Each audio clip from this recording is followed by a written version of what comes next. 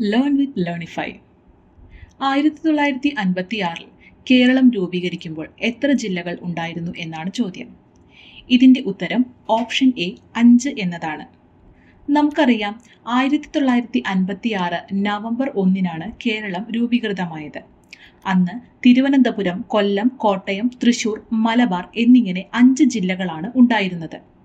പിന്നീട് മലബാറിനെ വിഭജിച്ച് പാലക്കാട്, കോഴിക്കോട്, കണ്ണൂർ എന്നീ ജില്ലകൾ രൂപീകരിച്ചു.